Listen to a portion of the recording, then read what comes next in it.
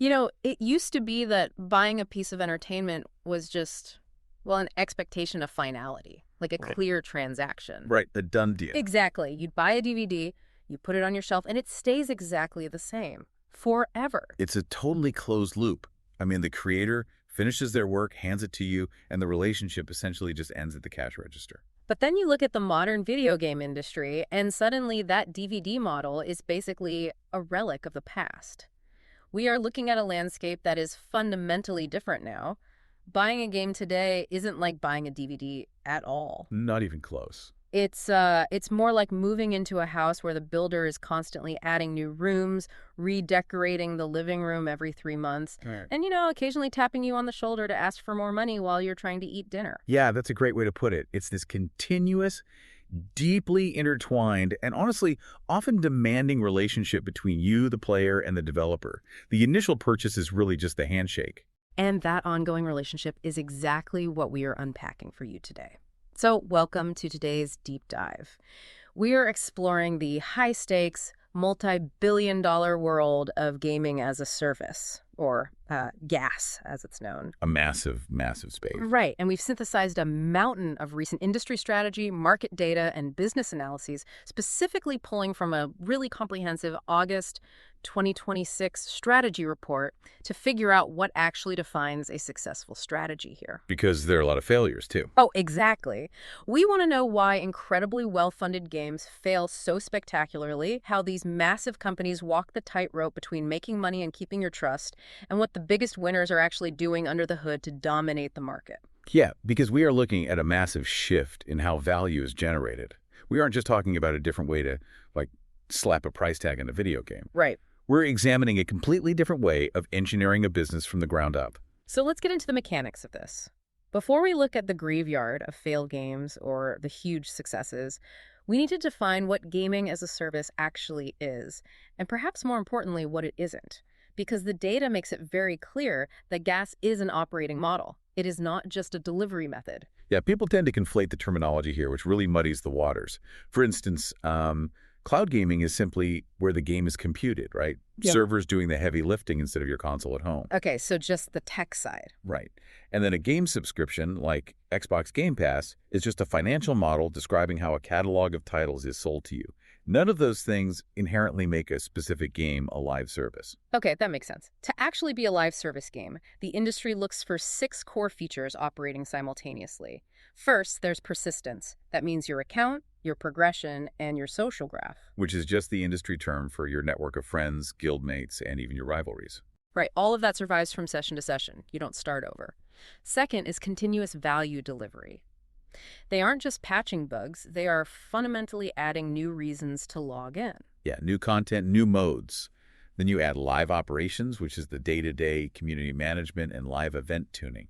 Fourth is recurring monetization. Creating systems where players can spend money repeatedly over years. Not just a one-time purchase. Exactly. Yeah. Fifth is a heavy reliance on feedback and behavioral analytics to steer development. And finally, ongoing stewardship. Let's pause on that last one for a second. Stewardship. That sounds almost like a mayoral duty rather than a software engineering task. That's actually a highly accurate way to frame it. Stewardship means the developer is actively responsible for the economic health, the social safety, and the cultural relevance of that game world. Wow. Yeah, they aren't just coding, they are governing a digital society. Which brings us to the engine powering all of this, right? The GaaS economic flywheel. So, if I'm understanding this flywheel correctly, my simply playing the game actually becomes part of the product for someone else. That is the core mechanism, yeah. It starts with a strong core game that naturally attracts players. As more players populate the servers, the matchmaking algorithms get faster and more accurate. So you aren't waiting 5 minutes to play against someone vastly better than you. Exactly. You wait 5 seconds to play against an equal. And that density of players creates social proof. Your friends are playing, so you feel compelled to play. And high engagement yields massive amounts of behavioral data, alongside that recurring revenue from in-game purchases. Which the operator then reinvests. They use that data and that capital to build highly targeted updates, which then retains the current player base, attracts new players, and funds the next spin of the wheel. So your time in the game is literally the inventory that keeps the paying players engaged. Spot on. It becomes a completely self-sustaining loop. Okay, so if it's this perpetual motion machine of infinite money and infinite engagement, it really begs the question, why doesn't every single game just use this model? I mean, why ever take the risk of making a traditional one-and-done game again? Well, because the physics of a flywheel work in both directions. When that exact same engine spins in reverse, it creates what the industry terrifyingly refers to as the death spiral. Oof, the death spiral. Yeah. Imagine a live service game launches and the core loop is just a little bit weak. Players don't stick around. Suddenly, the servers start to feel empty, And those matchmaking times we just talked about jump from 5 seconds to 10 minutes. which is absolute psychological poison for a player. So the content creators, the streamers, and YouTubers who essentially drive modern gaming culture, they leave for a more vibrant game, taking their audiences with them. Right, they need an active game to make content. Exactly. And because the game is rapidly losing cultural relevance, the recurring monetization plummets. The studio is forced to cut the budget. The promised roadmap of exciting new content slows down to a crawl. And the remaining players aren't foolish. They can read the writing on the wall. They sense the game has no future, so they abandon ship before they invest any more of their time. The very mechanics that create a billion-dollar, decade-long hit are the exact same mechanics that will ruthlessly, efficiently destroy a game that misses the market launch. Which brings us to the very crowded graveyard of live service games. Because the death spiral is incredibly dangerous, yet we see major veteran studios falling into it constantly. Let's talk about the time constraint. Yeah, this is huge. You'd intuitively think the biggest competitor for a new live service game is the $200 million budget of a rival studio. But the data shows the real competitor is simply your time. This is the fundamental barrier to entry. I mean, why should a player abandon their current digital life for a new one? Players have sunk hundreds, sometimes thousands of hours into incumbent games. Right, they've mastered complex mechanics, they've built real friendships. Exactly. They've accumulated digital identities, skins, and prestige. Releasing, quote-unquote, another competent shooter is nowhere near enough friction to break a 5-year daily habit. The industry analysis calls this the launch content paradox. And I found the mechanics of this fascinating. When a brand new live service game launches today, players do not compare it to what established giants like Fortnite or Apex Legends looked like on their day one. No, not at all. They compare this brand new game to what those mature incumbents look like right now, today, after 5 or more years of continuous, highly funded updates. That is an absolutely brutal, almost unfair standard to meet. The new game is being judged on day one against half a decade of accumulated, polished content.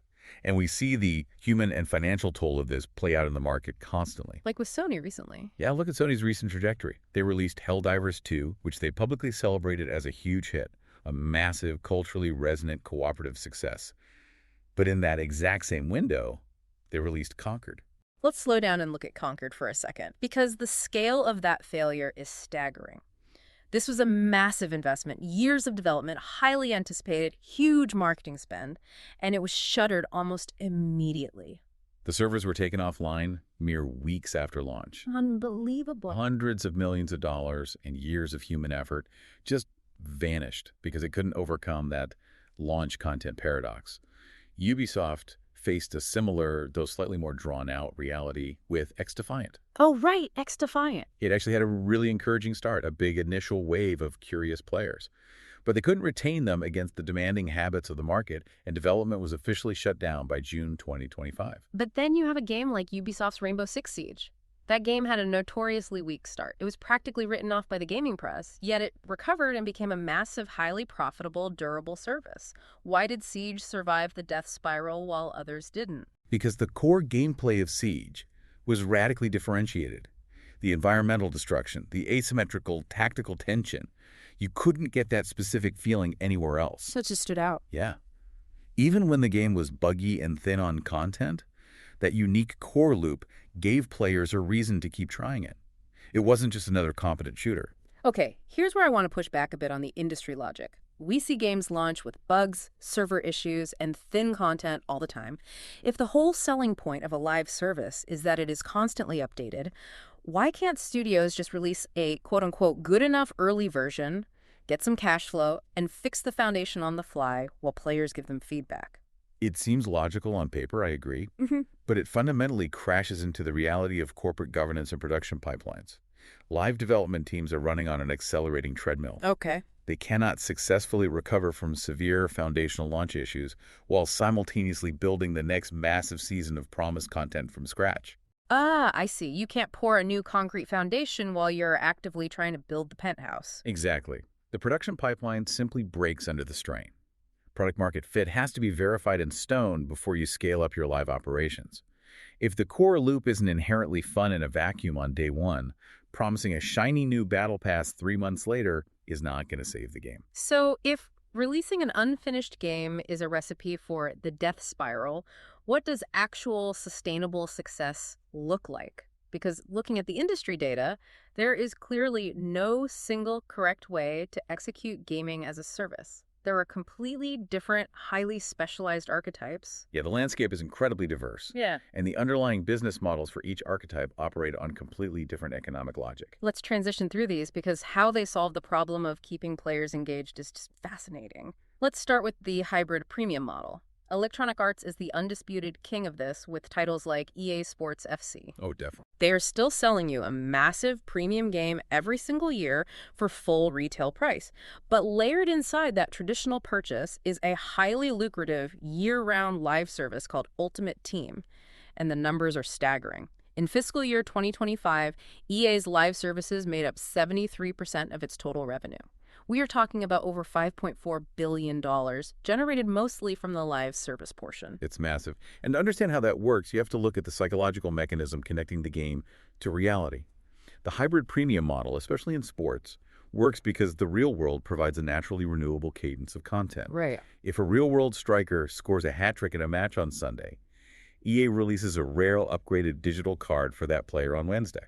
And then players spend real money trying to acquire that card for their digital weekend league. Exactly. It completely merges real-world cultural drama with a digital economy. But what if you don't have a real-world sport to rely on? You have to somehow manufacture that cultural relevance yourself.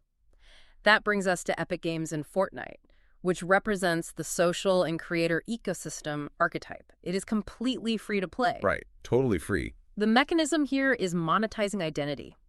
You are paying for how you look, your cosmetics, your emotes. And crucially, they've evolved the game into a platform, utilizing third-party creators to supply endless new experiences. Yeah, Fortnite solved the content treadmill problem by outsourcing the treadmill. Yep, that's one way to do it. By giving powerful creation tools to the community, they ensure there is always a new game mode, a new concert, a new social space to explore. The developer doesn't have to build every single room in the house anymore. They just provide the building materials and let the players do the construction. Okay, but what if you want a pure, hyper-competitive environment where spending money actually ruins the integrity of the game? That's Riot Games, with League of Legends, the mastery and competitive model. Their mechanism operates on a very strict philosophy. Your competitive power, your stats, your ability to win should never, ever depend on how much real money you spend. Never. That would ruin it. Right. They generate revenue strictly through cosmetic expression. Which is absolutely vital for an esports title. Making the game completely free to access maximizes the global player population. And that massive pool of players is what makes the competitive matchmaking fair and fast. Like we talked about with the flywheel earlier. Exactly. The small percentage of players who care deeply about aesthetics and digital prestige end up funding the entire server infrastructure for the millions who play for free. It's a delicate but incredibly resilient economic balance. And then there's the extreme end of the spectrum. What if you don't even make the games at all? That brings us to the two-sided platform, defined perfectly by Roblox. Roblox is less a game and more a digital operating system for independent creators. Yeah, it's a platform. They are essentially the digital power company providing the grid. And looking at the mechanics of this shatters a massive myth for me. The myth of zero marginal cost. Yes. You always hear that digital goods have zero marginal cost, that once the code is written, selling 1 million copies is pure profit. But the unseen costs for a massive platform like Roblox are astronomical. They really are. The industry data cites over $1.5 billion paid out in developer fees and a staggering $1.15 billion spent purely on trust, safety, and infrastructure for the year 2025 alone. And those infrastructure numbers are critical to unpack. It is not just paying for server space. Running a digital society of that scale requires a massive digital government. You are funding real-time physics calculations for millions of concurrent users. You are funding payment processing across dozens of global currencies. And crucially, because the user base skews young, you are funding an army of human moderators and AI systems to keep the platform safe.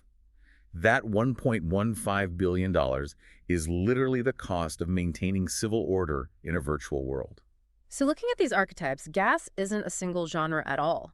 Some are digital sports leagues tied to real-world Sundays, some are virtual theme parks crowdsourcing their roller coasters, and some are literal heavy-duty digital infrastructure. Right, totally different models. But the one thread connecting all of them is that they rely on players continuously opening their wallets month after month. Which brings us to the ultimate balancing act of this entire industry: monetization versus player trust. This is the tightrope every single operator has to walk. There is a constant grinding tension between generating the revenue needed to fund a massive ongoing game and exploiting the loyal player base that loves it. It's a fine line. It is. Monetization isn't just a finance metric reviewed at the end of the quarter. It is a core discipline of game design. And regulators globally are watching that design process very, very closely. The industry has seen several major crackdowns recently. In 2022, the FTC reached a $245 million settlement with Epic over Fortnite. The core of the issue was what regulators call dark patterns and unauthorized purchases. Yeah, dark patterns are a big focus right now. And for anyone unfamiliar, a dark pattern isn't just aggressive marketing. It's user interface design specifically engineered to manipulate psychology, like making the buy button visually identical to the cancel button, or burying the true real-world cost of an item behind 3 confusing layers of virtual currencies. We've also seen the European Union step in aggressively around March 2025. They published strict principles that demand clear pricing, mandate that players cannot be forced into virtual currency bundles that don't match item prices, and they heavily emphasize child protection. So protecting the most vulnerable players. Exactly. Concurrently, the UK government has published extensive findings on the psychological association between randomized loot boxes and player harm. The era of the Wild West is clearly ending. The industry intelligence outlines what it calls a prudent standard for operators moving forward. It means going well beyond the bare minimum of the law. Right, being proactive. It means explicitly showing the real money equivalent for virtual currency right on the screen. It means making the mathematical probabilities of any randomized reward crystal clear before the purchase, and actually having a functional, accessible refund policy. It's a shift from extraction to retention. You want players to stay, not just squeeze them dry. Okay, here's where I have to challenge this a bit. Is this shift just about dodging lawsuits and bad PR? Yeah. Because if a manipulative dark pattern, say, a daily login streak that psychologically punishes a player with extreme anxiety if they miss a day. Right, FOMO. Yeah. If that makes a studio a massive pile of money in the short term, and the eventual regulatory fine is just written off as a cost of doing business, why would a corporate board fundamentally care about long-term trust? That is the pivotal question of the entire GaaS model. And the analytical answer is that player trust is a tangible, balance sheet-like asset. Really, like a financial asset. Yes. It is accumulated incredibly slowly, drop by drop, and it can be impaired entirely in an instant. Sure, a studio can deploy dark patterns to artificially juice engagement metrics for a quarterly earnings call. But look at the mechanism of what happens next. You actively destroy your healthy payer base. Because they feel used. Exactly. If players feel manipulated, if they realize the game has become a psychological chore rather than entertainment, they experience churn. So they don't just stop spending money for a week. No, they leave the ecosystem entirely. And in a business model that relies mathematically on the lifetime value of a player over a 5 to 10-year horizon, burning that trust for a short-term metric boost is corporate suicide. You basically trade a decade of sustainable revenue for one good quarter. So what does this all mean for the end of the line? Because if trust is the ultimate currency we are talking about, the ultimate test of that trust is what happens when a live service game finally, inevitably, dies. Let's talk about end of life and digital preservation. It's a sobering topic, honestly, but a vital one to understand the modern market. We have to recognize the underlying psychological contract of modern gaming. Players often believe they are buying a permanent piece of art. Like the DVD we mentioned earlier. Exactly. But under the GaaS model, they're actually purchasing a conditional, temporary license to exist in a managed world. And when management decides the world is no longer profitable, that world is simply turned off. The data contrasts two very different ways publishers handle a shutdown and the long-term impact it has on their brand. On one hand, you have EA's Anthem, which closed its servers in January 2026. Right.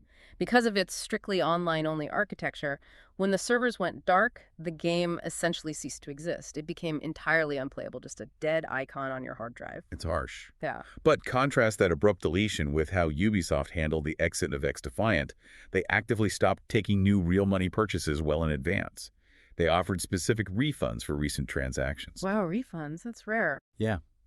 And they ran a dedicated final season specifically to let the community say goodbye, and they gave players crystal clear dates for when the servers would officially close. The difference in how those two approaches are perceived by the gaming community is night and day.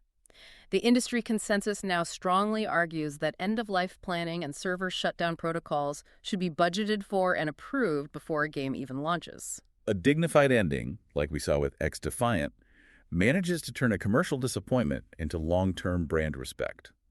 But an abrupt deletion, where a player's investments vanish overnight. It's devastating. Yeah, that actively teaches your most dedicated, highest-spending players to never, ever invest their time or money in your studio's next game. You poison your own future acquisition economics. Think about that for a second. Think about how much time you, the listener, might have spent building up a character, grinding for a rare digital inventory, or climbing a ranked competitive ladder with your friends every weekend. The sudden realization that a corporate server shutdown can just erase your history, it's jarring. Oh, absolutely. It's a stark reminder of how fragile the foundations of these digital worlds really are. The permanence we associate with physical media simply does not exist here. So, to synthesize this entire landscape, gaming as a service isn't just slapping a seasonal battle pass onto a traditional game and hoping the revenue rolls in. It is a massive, relentless organizational commitment to continuous stewardship. Stewardship is the perfect word. It requires a delicate, constant balancing act, maintaining a steady cadence of high-quality content, engineering fair monetization that fundamentally respects the player, and ultimately having a profound respect for the player's time. Because time is the only resource they can never earn back. And that reality leaves us with a final, broader implication to ponder as we close out this deep dive. As more and more of our daily entertainment, our social lives, and our global communities migrate into these persistent live service ecosystems, what does the future of human digital history actually look like? That's a huge question. Right. If an entire generation's cultural touchstones, their shared memories, and their massive digital investments can simply be deleted the moment a spreadsheet dictates that the server maintenance costs are too high, do we actually own any of our digital lives? Or are we just renting our memories from tech companies? Just living in a house where the builder might suddenly decide to change the locks. Thank you so much for joining us on this deep dive. We hope it makes you look a little differently at the machinery behind the screen the next time a quote-unquote free update drops in your favorite game. Catch you next time. Thank you for listening to today's episode of our Digital Civilization Exchange podcast. We hope the insights sparked new ideas, challenged assumptions, and brought clarity to the evolving world of service and digital-driven business models.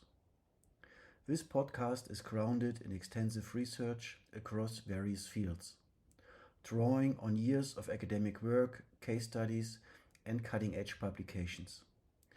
It also shaped by hands-on experience of our collaboration partners, whose real-world challenges and successes help us to translate theory into practice. If you enjoyed the episode, consider following the podcast and sharing it with colleagues who are navigating the civilization journey. Your support helps us continuing bridging high-quality research-based and practice-proven perspectives straight to your ears. Thank you for tuning in and see you in the next episode.